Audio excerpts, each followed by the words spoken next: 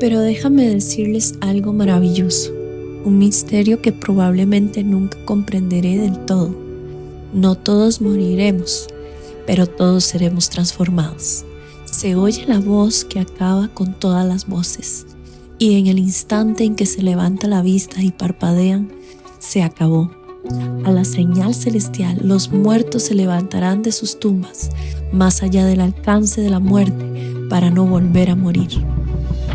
En ese mismo instante y de la misma manera, todos seremos transformados en la realidad de la resurrección. Esto tiene que suceder. Todo lo perecedero será sacado de los estantes y reemplazado por lo imperecedero. Lo mortal será reemplazado por lo inmortal. Y entonces se cumplirá lo dicho. La muerte será absorbida por la vida triunfante. ¿Quién tuvo la última palabra? ¿O muerte? ¿O muerte? ¿Y quién te teme ahora? Fue el pecado lo que hizo a la muerte tan aterradora, y la culpa impuesta por la ley lo que le dio al pecado su influencia y su poder destructivo. Pero ahora, con un solo golpe victorioso de vida, los tres, pecado, culpa, muerte, han desaparecido. Todo esto como regalo del Padre por medio de su Hijo, nuestro Maestro Jesucristo. Es tiempo de resurrección. Es tiempo de un avivamiento.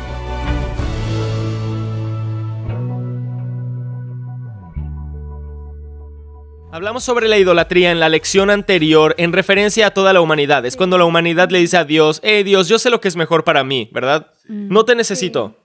Y entonces el resultado es la construcción de estatuas, imágenes, altares en algunas naciones. En otras naciones, la raíz del asunto es pensar ideas necias sobre cómo es Dios.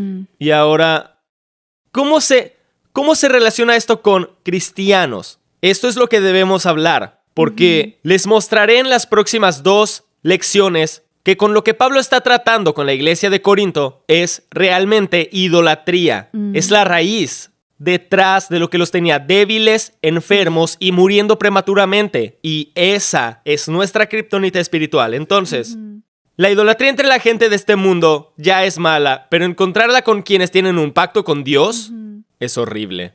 Muy bien, para el creyente, la idolatría es cometer adulterio contra Dios, ¿ok? O sea que la idolatría es kriptonita. Y quiero que piensen en algo, ¿ok? ¿Recuerdan cómo Santiago dijo son adúlteras? No puedes cometer adulterio con alguien con quien no tienes pacto. Así que esa es otra evidencia de que Santiago le está hablando a creyentes. Cuando dice se han hecho enemigos de Dios. Y lo dice 2 veces, por cierto. Dice se han hecho enemigos de Dios 2 veces. O sea que hay un énfasis ahí porque los hebreos al escribir, para poner énfasis, escribían las cosas 2 veces. Nosotros usamos signos de admiración, itálicas o letras en negritas, ¿verdad? Ellos escribían 2 veces. Dice, les digo de nuevo. Porque les dice, entiendan esto. Entonces, la cosa es, estoy casado con Lisa Vivir, ¿verdad? La única persona contra la cual puedo cometer adulterio es Lisa Vivir. No puedo cometer adulterio contra James Smith porque no tengo un pacto de matrimonio con James Smith. Ahora, puedo cometer adulterio con James Smith, no contra James Smith. Santiago dice, han cometido adulterio contra Dios. ¿Ok? Hablándole a los cristianos. Muy bien, entonces, para introducir bien este tema, vamos a regresar y ver la vida de Saúl, para ver cómo la idolatría se manifiesta en un creyente. Si recuerdan, Saúl se volvió rey y Dios le dio una palabra muy específica a través del profeta. ¿Cuál fue la palabra específica? Quiero que destruyas completamente a los amalecitas. Cada hombre, mujer y niño, cada una de las ovejas, cada buey y todo, ¿verdad? Él va y prepara el ejército y va y mata a cada hombre, mujer y niño, excepto que mantiene al rey con vida. Y destruye a todos los animales excepto a los mejores y se los da al pueblo para que hagan sacrificios al Señor. Él estaba cumpliendo la ley de Moisés, ¿verdad? Así que ahora Saúl regresa. Están sacrificando las ovejas y todo. Y viene el profeta Samuel. Y el profeta Samuel le dice, tú has desobedecido. De hecho, le dice, te has rebelado en contra de Dios. Ahora detengámonos a pensar en esto. Digamos que habían 100,000 amalecitas. Mató a 99,999 amalecitas, ¿verdad? Claro. Dejó a un hombre con vida. Hizo 99% de lo que Dios le pidió. Aún más, ¿verdad? Recuerdo una vez que un papá me estaba contando, estoy teniendo muchos problemas con mi hijo. Le pregunté por qué. Dice, mi hijo se molesta mucho conmigo porque me fijo en las cosas que él no hace. Dice, mi hijo me dice, papá, hice el 99% de lo que pediste. ¿Por qué te molesta que salga a jugar con mis amigos antes de hacer la última cosa? ¿Por qué no te fijas en lo que sí hago, papá? Y le dije a ese padre frustrado, le dije, bueno, Dios se fijó en el pequeño porcentaje de cosas que Saúl no hizo, porque fue Dios quien le dijo a Saúl, te has rebelado contra mí. Increíble. Aun cuando Saúl hizo el 99% de lo que se le pidió. Así que el profeta, bueno, acorrala a Saúl y lo primero que Saúl intenta hacer es echarle la culpa a los demás, luego trata de poner excusas y todo lo demás y finalmente Samuel lo acorrala contra la pared y le dice esto, porque la rebelión es tan mala como el pecado de hechicería y la soberbia es tan mala como la idolatría. Y por cuanto has rechazado la palabra del Señor, Él te ha rechazado como rey. Así que el rey Saúl rechazó la palabra de Dios que le fue dada, ¿verdad? Claro. Es lo que dice, se reveló, ¿verdad? Ahora quiero que veamos esta frase, la soberbia es tan mala como la idolatría. ¿Podemos aislar esto por un momento? Mira esto. La soberbia es como idolatría. Si te fijas es como está italicado. ¿Y quieres saber por qué está así? Porque eso no está en el escrito original. Los traductores añadieron el es como. Si quieres saber cómo se vería una traducción más precisa, se vería así. La soberbia es idolatría. Ahora, la raíz de soberbia es esta. Significa resistir o rechazar. Muy bien.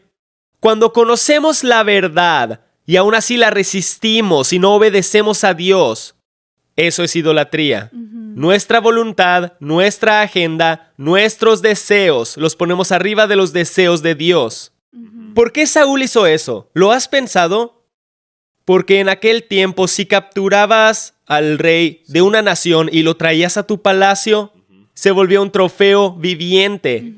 Y cada vez que miras a ese rey, te recuerda cómo venciste a toda su nación.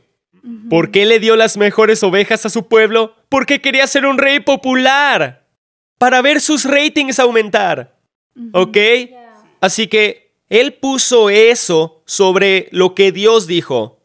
Muy bien, ¿lo estás viendo? Entonces, en la lección anterior que estuvimos hablando, ok, lo mismo es verdad.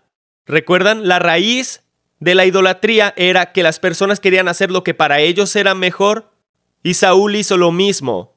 Así que este comportamiento nos lleva a cambiar la verdad por una mentira. Sí. ¿Ok?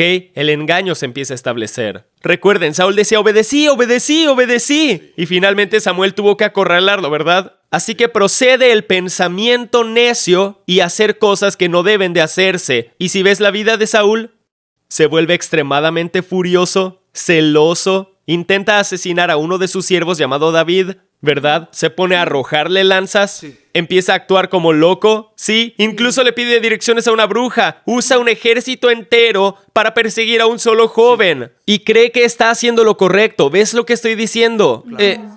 El engaño se establece en tu vida. Aquellos que tienen una relación con Dios, pero escogen sus propios deseos sobre lo que Él claramente revela en su palabra, su escritura, quedan ciegos a su propia desobediencia. Por eso la soberbia, resistirte a obedecer a Dios, es idolatría. Ponemos nuestros deseos, nuestros gustos por encima de lo que Dios dice en su palabra. Para presentar el siguiente aspecto de la idolatría, quiero introducir dos palabras. La primera de la que quiero hablar es contentamiento. Muy bien. La palabra contentamiento, definiéndola del diccionario inglés, es sentir o mostrar satisfacción con las posesiones, estatus o situación de uno. Ese es el diccionario Merriam-Webster.